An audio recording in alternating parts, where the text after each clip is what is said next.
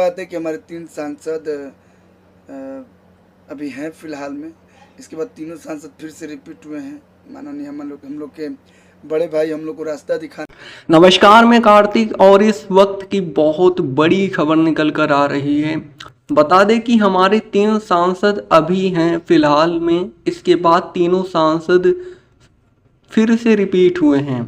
माननीय हम लोग के बड़े भाई हम लोगों को रास्ता दिखाने दोस्तों यहाँ पर देखिए कि अरब दगला पवन सिंह का सपोर्ट में क्या बोल रहे हैं। मतलब अरविंद अकेला कल्लू पवन सिंह के सपोर्ट में क्या बोल रहे हैं, आप सभी ने स्टार्टिंग में देखा।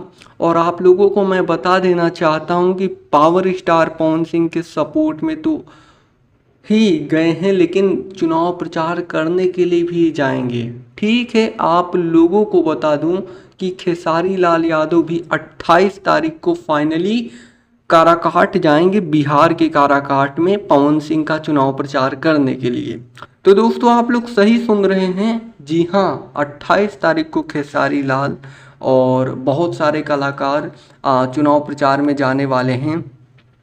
खेसारी लाल यादव भी जाएंगे 28 तारीख को। तो दोस्तों ऐसे ही भोजपुरी इंडस्ट्री से रिलेटेड न्यूज़ देखने के लिए आप हमारे इस चैनल को सब्सक्राइब कर सकते हैं, बेल नोटिफिकेशन। धन्यवाद दोस्तों।